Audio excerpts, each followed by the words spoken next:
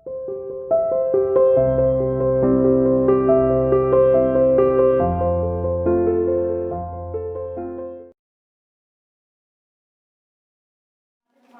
morning to all of you. You are welcome to CR International Online Classes. 12th arts के अंदर आज आपका assignment number 62 Hindi और English medium के अंदर कॉमन है। आज का टॉपिक है मुगल पॉलिसीज टुवार्ड्स रीजन। अलग अलग क्षेत्रों के लिए पॉलिसीज, अलग अलग नीतियां मुगल साम्राज्य के अंदर अपनाई जाती थी। वो किस तरह की नीतियां होती थी? सबसे पहले एक कंट्रोल और पोस्ट ऑफ मिलिट्री इंपॉर्टेंस, सैन्य महत्व के जो पोस्ट होती थी उनके अंदर किस तरीके का नियंत्रण था, उस पे यहाँ पे प्रकाश डालना है। इसके अंदर सैन्य महत्वपूर्ण के अंदर सबसे ज़्यादा कंधार और दूसरी पोस्ट का जो नाम है ईरान के अंदर, एक का नाम है कंधार हो जाता है, एक का काबुल हो जाता है। तो काबुल और कंधार ये दोनों ही आज के समय अफगानिस्तान का हिस्सा हैं। तो उस समय हमारे मुग़ल शासकों के जो पड़ोसी होते थे उनमें से ईरान और तुरान, ये दो पड़ोसी राष्ट्र हमारे उस समय थे जब मुग़ल साम्राज्य हमारे यहाँ इस्टेब्लिश हुआ उस समय। तो जितने भी हमारे पड़ोसी राष्ट्र थे, अगर उन्हें भारत में अटैक करना होता था तो उत्तरी मार्ग से ही हमारे यहाँ पर अटैक हो सकता था और उन्हें ऐसा करने के लिए हिंदुकुश पर्वत को पार करना पड़ता था। हिंदुकुश पर्वत को पार करने के बाद वो उत्तरी भारत के अंदर दाखिल हो सकते थे। तो इसमें ये दो महत्वपूर्ण स्थान काबुल और कंधार होते हैं जो उस समय के अंदर मौजूद थे और आज भी मौजूद हैं, लेकिन आज इतना महत्व नहीं रह गया क्योंकि ये उस समय बाउंड्री पर होते थे। कंधार भी और काबुल भी ये सीमा के बिल्कुल बाउंड्री पर स्थित थे। This fort city was initially under control of Humayun. ये उस समय हुमायूं के शासनकाल के अंदर एक शहरी केंद्र के रूप में, एक दुर्ग शहर के रूप में फेमस थे और इस पे जिसका भी नियंत्रण होता था, इसका मतलब है भारत के उत्तरी क्षेत्र की जो सीमा है उसके पकड़ में है, उसके जद में है। यहाँ सबसे पहले हुमायूं के शासनकाल के दौरान नियंत्रण मुगलों का रहा। उसके बाद कुछ समय तक ये नियंत्रण ईरानियों के सफाविद, जिन्हें कहा जाता है सफाविद शासकों के नियंत्रण में चला गया। उसके बाद अकबर ने इसे दोबारा से 1595 में फिर दोबारा से इसे जीत लिया। Safavid maintain relations with Mughal. Safavid शासकों ने मुगलों के साथ बहुत अच्छे रिलेशंस बनाए क्योंकि उनको पता था कि मुगलों का और सफाविद शासकों का यानी ईरानी शासकों का आपसी संबंध बहुत अच्छा है।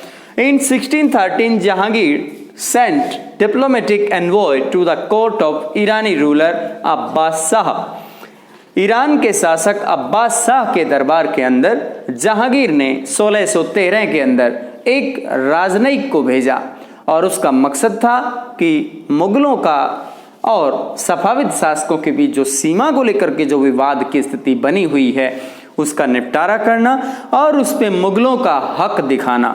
लेकिन सफाविद शासकों को ये बर्दाश्त नहीं हुआ। उन्होंने कुछ ही समय के बाद 1622 ईस्वी के अंदर सफाविद आर्मी बिसीज कंधार इन 1622। 1622 ईस्वी में ही उन्होंने कंधार को, सफाविद शासकों ने कंधार को जीत लिया। इस तरीके से हमने देखा कि मुगल शासकों ने किस तरीके से हमारे पड़ोसी राष्ट्र, जो उस समय के पड़ोसी राष्ट्र ईरान और तुरान होते थे, उनके साथ संबंध रखे, सफाविद शासकों के साथ संबंध रखे। और उसके बाद में आगे थर्ड पॉइंट पे आइएगा। नेक्स्ट पॉइंट जो आपका है, सफाविद आर्मी ने कंधार के अंदर पूरी तरीके से अपना वर्चस्व स्थापित कर दिया। 1622 में इसे अपना हिस्सा बना लिया। अब यहां पर क्यों डिफीट हुई मुगल सेना? क्योंकि मुगल सेना उस समय तैयार नहीं थी और अचानक से उन्होंने धावा बोल दिया। उन्होंने दुर्ग भी जीत लिया और शहर भी जीत लिया। ये दोनों उनकी जीत उनके पक्ष में चली गई। इसके बाद Ottoman empire, pilgrimage and trade. Ottoman साम्राज्य के साथ, जो कि अपने आप में एक बहुत बड़े बड़े तीर्थ स्थानों के साम्राज्य का केंद्र बिंदु था। तीर्थ स्थान इसके अंदर बहुत ज़्यादा मात्रा में थे और व्यापार केंद्र भी इसके अंदर बहुत ज़्यादा मात्रा में थे। यहाँ पर हिजाज के नाम से जो मक्का और मदीना जो सऊदी अरब के अंदर पड़ते हैं, तो सऊदी अरब के अंदर जब हज यात्रा के लिए मोहम्मडन्स निकलते हैं तो यहाँ इस स्थान को यानी मक्का और मदीना को मुस्लिम लोग हिजाज के नाम से भी जानते हैं। Export valuable things from Aden and Mocha, और ये आप बहुत बेशकीमती चीज़ों का निर्यात उस समय करते थे एडन और मोखा नाम की बंदरगाहों से, जो कि लाल सागर के अंदर पड़ती थी। औरंगजेब ने इस चीज़ को भांप लिया कि जो पैसा यहाँ के व्यापारी लोग कमाते हैं या फिर जो ट्रस्ट बनाया गया मुगल साम्राज्य का, तो उन्होंने उस पैसे को, कमाए हुए पैसे को सऊदी अरब के अंदर मक्का और मदीना के अंदर बांट दिया। वहाँ पे उस तीर्थ स्थान के विकास में वो पैसा लगाया। औरंगजेब को ये बात गलत लगी कि हमारा प्रशासन भारत में है, तो क्यों ना हम उस कमाए हुए पैसे को इंडिया में ही लगाएं, इंडिया के तीर्थ स्थानों का विकास करें, इंडिया के अंदर सड़कें बनाएं, यहाँ अच्छी अच्छी बंदरगाहें बनाएं। तो उसका ध्यान इस तरफ था और इसलिए उसने जो बिल्कुल मिस अप्रोप्रिएशन ऑफ फंड्स, जो कि उसे गलत लगा कि फंड का बहुत ही अविवेकपूर्ण उपयोग किया जा रहा है, तो उसने इसे गलत बताया। जेसुइट मिशनरीज इन मुगल कोर्ट, जेसुइट पंथ के लोग, अगर हम इनका थोड़ा सा हिस्ट्री ढूंढने की कोशिश करें तो इनका जो अस्तित्व है वो पुर्तगाली शासकों के से रिलेशन में आता है। पुर्तगाली शासक भारत के तटवर्ती इलाके में बहुत बड़े बड़े शहरी केंद्रों को अपने नियंत्रण में ले चुके थे। उन्होंने गोवा को भी अपने नियंत्रण में ले लिया था। गोवा के अंदर मुगल शासक अकबर ने अपना एक प्रतिनिधि दल उनके बुलावे के लिए भेजा। किनके बुलावे के लिए? जेसुइट मिशनरीज को अपने दरबार के अंदर बुलाने के लिए, क्योंकि ईसाई धर्म से अकबर खुद भी बहुत ज्यादा प्रभावित था। एक बार आने के बाद सबसे पहली बार जब ये आए तो 1580 के अंदर ये यहाँ पर Portuguese merchants established a network of trading centres in coastal cities. पुर्तगाली लोगों ने, पुर्तगाली व्यापारियों ने एक नेटवर्क का इस्तेमाल स्टार्ट कर दिया था, एक ऐसा जाल बुन दिया था जो कि व्यापारिक केंद्रों के रूप में विकसित था। भारत के पूरे ही पश्चिमी तटीय क्षेत्र के अंदर बहुत ही ज्यादा मात्रा में तटवर्ती केंद्र में व्यापारिक केंद्रों का विकास देखने को मिला और उन क्षेत्रों के अंदर पूरा पूरा प्रभाव ईसाइयत का देखने को मिला। सब लोग ईसा मसीह को पूजने लगे। यहाँ हमें इस चीज का ध्यान रखना है कि 3 बार मिशन अकबर के शासनकाल के दौरान आए और उनके आने के बाद क्या प्रभाव मुगल दरबार के अंदर रहा वो देखने लायक है। पहली बार 80 में आए, उसके बाद ये 91 में आए, फिर 95 में आए। जब भी आते थे 2 से 3 साल तक मुगल दरबार में रुकते थे, जो कि फतेहपुर सीकरी उस समय राजधानी होती थी मुगल साम्राज्य की। उन्होंने इनके विचार जाने, ईसाई लोगों के अपने विचार जाने, ईसाइयत के बारे में जाना, उनकी अच्छाइयों को सीखा और इधर मुस्लिम लोगों से वो भी प्रभावित हुए।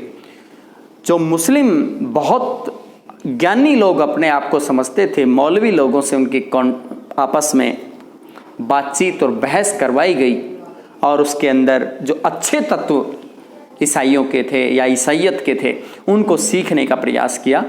तो इसमें हमने देखा है कि मुगल सम्राट अकबर सभी धर्मों को साथ लेके चलता था और इसी वजह से उसने ईसाई मिशनरियों को भी अपने मुगल सम्राट के दरबार के अंदर बुलावा भेजा और उनके विचार सुने, उनकी बहस सुनी और यहाँ तक कि उनके विचारों से प्रभावित होकर के क्षेत्र के अंदर अपना उन नीतियों को लागू करने की कोशिश की जो यूरोप में नीतियाँ लागू होती थी। उन यूरोप की बहुत सी धार्मिक प्रवृत्तियों को भी अपनाने की कोशिश की, लेकिन कभी भी तुष्टीकरण की नीति उसने नहीं अपनाई, क्योंकि तुष्टीकरण की नीति अगर वो अपना लेता तो डेफिनेटली ये विभिन्न धर्मों के लोग जो हैं, जो भारत से बाहर के अब्रोड लोग हैं, वो नाराज हो जाते। इसके अंदर हम तीनों पॉइंट्स का एक बार फिर से डिस्कस करते हैं।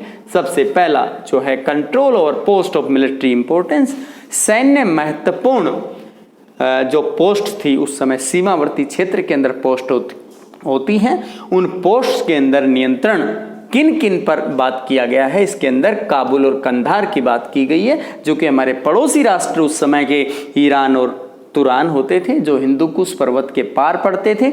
और ये दोनों ही पोस्ट बहुत महत्वपूर्ण थी, जैसे कि भारत और पाकिस्तान के बीच में वाघा बॉर्डर जो है वो अपने आप में एक महत्वपूर्ण पोस्ट है। इसके अलावा दूसरी पोस्ट का नाम हम अटारी बोल सकते हैं। और अगर हम चाइना से इस तरीके से लद्दाख के अंदर देखें तो सियाचिन ग्लेशियर के पास में जो गलवान घाटी है वो आज के समय में बहुत ही महत्वपूर्ण पोस्ट बनी हुई है। तो यहाँ हम आगे चलते हैं इसके अंदर कि हमारे जो पड़ोसी राष्ट्र थे ईरान और तुरान होते थे और उन पे पूरी तरीके से इन दोनों ही शासनों में से ईरानी शासन भी अपना शासन स्थापित करना चाहते थे, तुरानी भी अपना शासन स्थापित करना चाहते, इधर मुगल भी शासन स्थापित करना चाहते थे। जिसका प्रभाव ज्यादा उसी का नियंत्रण वहां पे हो जाता था। काबुल और कंधार एक तरह से ऐसे केंद्र बन चुके थे जो कि विवाद की स्थिति में रहते थे। तो यहाँ दुर्ग भी बना था, शहर भी बना था और ये पूरी तरह से शुरुआत में हुमायूं के नियंत्रण में था। अकबर ने इसे बीच में हुमायूं के शासनकाल के दौरान ही इसे जीत लिया गया था ईरानियों के द्वारा, सफाविदों के द्वारा, और अकबर ने इसे दोबारा से 1595 में जीत लिया। इससे अगले पॉइंट में सफाविदों ने मुगलों के साथ में रिलेशंस बनाने की कोशिश की। यहाँ हम ये कहें कि मुगलों ने भी सफाविदों के साथ में संबंध बनाने की कोशिश की। जहांगीर ने एक राजदूत को 1613 में भेजा कि काबुल और कंधार पर मुगल शासकों का हक होना चाहिए। तो उन्होंने इस बात को नहीं माना। ईरानी शासक के दरबार में उसने भेजा, इस राजनयिक को जो भेजा गया है उसका नाम है अब्बास शाह। अब्बास शाह के दरबार में मुगल शासक जहांगीर ने उस राजदूत को भेजा। सफाविद सैन्य जो अभियान था उसने 1622 में पूरी तरीके से कंधार को अपने नियंत्रण में ले लिया। इसके आगे हम सेकंड पॉइंट पे आते हैं, Ottoman empire pilgrimage and trade. इसके अंदर ओटोमन जो साम्राज्य है वो तीर्थ और व्यापार के केंद्र के रूप में उसमें विकसित हो गया था, क्योंकि ओटोमन साम्राज्य के अंदर मुस्लिम जो साम्राज्य के या मुस्लिम धार्मिक जो शहर होते थे वो इसके अंडर कंट्रोल थे। उनके अंदर हम जैसे मक्का और मदीना है वो खास तौर पे इसके अंदर आते थे। एडेन और मोखा नाम की जो दो बंदरगाह होती थी जो लाल सागर के अंदर पड़ती थी, इनसे कीमती और बहुमूल्य वस्तुओं का निर्यात दूसरे क्षेत्रों के अंदर होता था। औरंगजेब को इस बात का पता लग चुका था कि जो भी इंडिया के व्यापारी पैसा कमाते हैं वो पैसा, कमाया हुआ पैसा या मुगल शासन का जो पैसा है वो पैसा कहाँ इन्वेस्ट करते हैं, वो बाहर के तीर्थ स्थानों पे करते हैं, यानी सऊदी अरब के तीर्थ स्थानों पे करते हैं, जो कि उन्हें बहुत गलत लगा। उनका मानना था क्यों ना ये पैसा इंडिया आए और इंडिया लाने के बाद यहीं पे डिस्ट्रीब्यूट किया जाए, यहाँ पे खर्च किए जाए, यहाँ विकास के कार्य किए जाएं। जैसुइट मिशनरियों के बारे में बताया गया कि मुगल दरबार के अंदर जैसुइट मिशनरी यहाँ पे आए, उनसे प्रभावित है मुगल शासक अकबर। उन्होंने अपने राज दरबार में 3 दफा इनको बुलाया और उनकी बातें सुनी, उनकी बहस सुनी, उनकी चर्चाएं सुनी, और यहाँ तक कि खेलकूद के अंदर या विभिन्न तरह की कोई भी एक्टिविटीज उनकी राजनयिक या किसी भी तरह की कोई एक्टिविटी होती थी उनके साथ लेके चलते थे। इसमें यह भी बताया गया है कि जो ये पुर्तगीज मर्चेंट्स होते थे, पुर्तगाली व्यापारी जिन्हें हम कह सकते हैं, इन लोगों को राज सिंहासन यानी अकबर के राज सिंहासन के बिल्कुल साथ में जगह दी जाती, जो कि अपने आप में एक बहुत महत्वपूर्ण बात थी, क्योंकि उस समय उनके नजदीकी व्यक्तियों को ही साथ में बैठने का हक होता था। उनके साथ चेस खेलते थे, उनके साथ शिकार पे जाते थे, इस तरह के उनके हर चीज़ के अंदर कंपेनियन बने रहते थे। तो ये कहीं ना कहीं ये संदेश देता है कि मुगल सम्राट की जो सोच थी वो विभिन्न धर्मों को साथ लेकर चलने की थी। यहाँ हम तीनों जो इसके पॉइंट्स हैं उनको हम डिस्कस कर चुके हैं। फर्स्ट पॉइंट में पोस्ट का जिक्र करना है, दूसरे में ओटोमन साम्राज्य, क्योंकि वहाँ पर धार्मिक केंद्र महत्वपूर्ण थे इसलिए महत्वपूर्ण था, और उस पर नियंत्रण की बात थी। तो वहाँ उस समय ओटोमन सम्राट के नियंत्रण में थे ये, और भारत का मजबूरी बन जाती थी क्योंकि हमारे यहाँ भी मुस्लिम बहुत बड़ी संख्या में थे और खुद मुगल भी मुस्लिम थे, और इसलिए उन्होंने ओटोमन सम्राटों से अच्छे संबंध बनाए रखे, क्योंकि हमारे यहाँ के लोग हज यात्रा के लिए वहाँ जाते रहते हैं और उधर के लोग भी यहाँ आते रहते हैं। मुगल व्यापारी भी ओटोमन सम्राटों के यहाँ पे व्यापार करते थे और उन्हें कोई टैक्स भी नहीं देना पड़ेगा, और उनके जो जहाज़ हैं या फिर वो किसी भी लैंड एरिया से जाएंगे तो भी उन्हें कोई रोकथाम का कोई दिक्कत पैदा नहीं होगी। इस तरीके से बड़े फायदे थे। तो जेसुइट मिशनरी, इनका मकसद तो था ईसाई धर्म का प्रचार प्रसार करना, और दूसरा मकसद था इनका कि पुर्तगाली साम्राज्य को बढ़ा देना। तो दोनों ही बातें मुगल शासक अकबर की समझ में आ चुकी थी। उन्होंने ना तो साम्राज्य को बढ़ने दिया, लेकिन हाँ ईसाइयत के कुछ गुणों को जरूर देखा, समझा, उनकी व्यावहारिकता को जांचा। धन्यवाद।